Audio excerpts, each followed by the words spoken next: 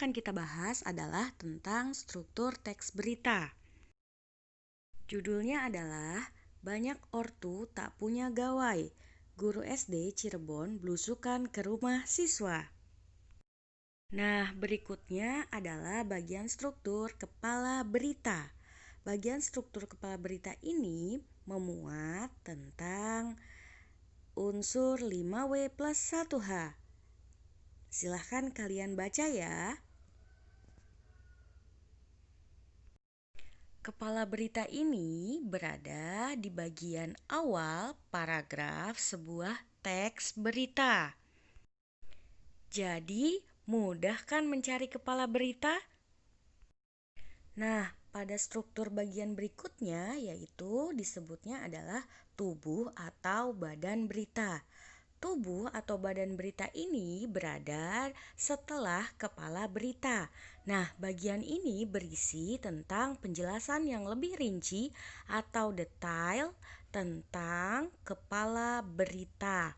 Dijelaskan secara berurutan dan terdapat di dalamnya juga dari pengembangan unsur 5W plus 1H. Nah, bagian paling akhir dalam sebuah teks berita yaitu disebutnya adalah ekor berita. Ekor berita ini bagian berupa simpulan dari sebuah berita. Bagaimana? Sekarang sudah lebih paham ya tentang struktur dari teks berita. Baik, kita lanjutkan dengan membahas tentang unsur kebahasaan dalam teks berita. Nah, unsur kebahasaan yang pertama yaitu bahasa baku, yaitu bahasa yang memenuhi standar sesuai dengan ejaan yang disempurnakan. Contoh penggunaan bahasa baku dalam teks berita. Kata bakunya menggunakan huruf V, yaitu virtual. Nah, sedangkan kata tidak bakunya yaitu virtual. Unsur kebahasaan berikutnya yaitu berupa diksi, yaitu pemilihan kata dalam berita. Biasanya diksi yang digunakan yaitu kata-kata khusus yang mempengaruhi pikiran pembaca sehingga tertarik untuk membaca berita lebih dalam.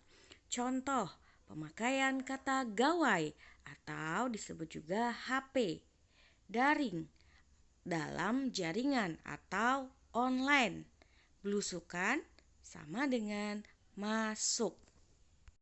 Unsur kebahasaan berikutnya yaitu terdapat kalimat langsung dan tak langsung. Nah, kita sudah pernah belajar kalimat langsung dan tak langsung di kelas 7. Nah, kita ingat lagi ya, kalimat langsung yaitu kalimat yang diucapkan secara langsung kepada orang yang dituju. Sedangkan kalimat tak langsung yaitu kalimat yang melaporkan apa yang diucapkan orang lain atau pihak kedua dan ketiga.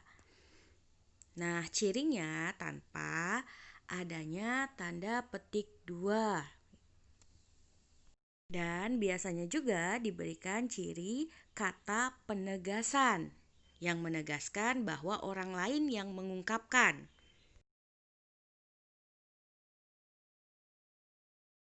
Berikutnya ada kata konjungsi atau disebut juga kata sambung, yaitu kata yang berfungsi sebagai penghubung antara kata satu dengan kata yang lainnya, kalimat satu dengan kalimat yang lainnya, atau paragraf satu dengan paragraf lainnya.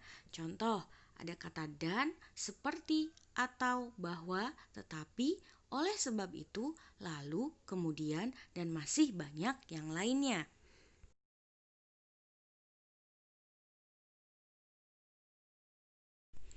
Berikutnya ada pula kata kerja atau verba, yaitu kata yang menggambarkan proses, keadaan, tindakan, atau perbuatan.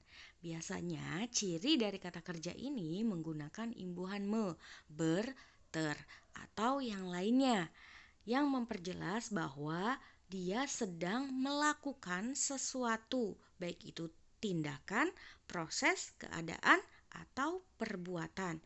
Contoh, berjalan, berlari, menerapkan, meminta, menampakkan, dan masih banyak yang lainnya.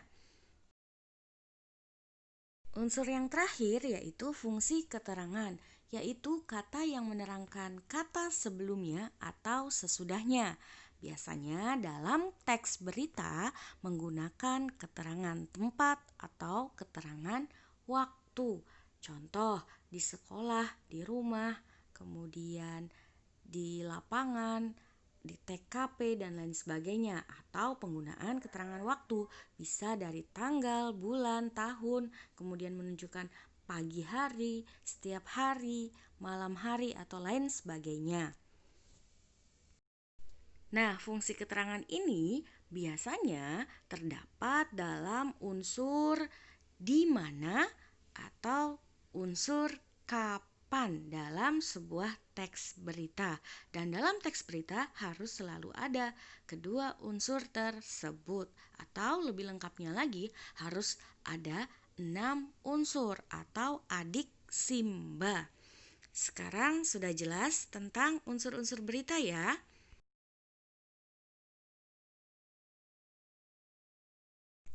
Nah, sekarang sudah lebih jelas ya tentang struktur teks berita dan unsur teks berita. Sebelum kita selesaikan pembelajaran ini, kita latihan dulu yuk. Nah, kalian bisa mencoba latihan pada Google Classroom yang telah disediakan. Selamat mencoba. Jangan lupa subscribe